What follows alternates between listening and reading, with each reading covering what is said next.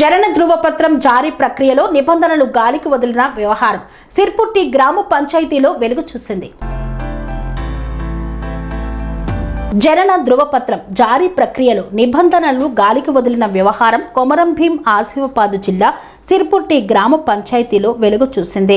వేరే ప్రాంతంలో జన్మించినట్లు పేర్కొంటున్న ఓ బాలికను సిర్పుట్టిలోనే జన్మించినట్లు చూపిస్తూ తప్పుడు వివరాలతో జనన ధృవపత్రం జారీ చేసిన వ్యవహారం అధికార వర్గాల్లో తీవ్ర చర్చకు దారితీసింది. ఈ ఘటనపై విచారణ జరగగా పంచాయతీ రికార్డుల నిర్వహణలో పలు లోపాలు బయటపడినట్లు అధికారులు వెల్లడించారు. పుట్టుక నమోదు లేకుండానే సర్టిఫికేట్ ఎలా?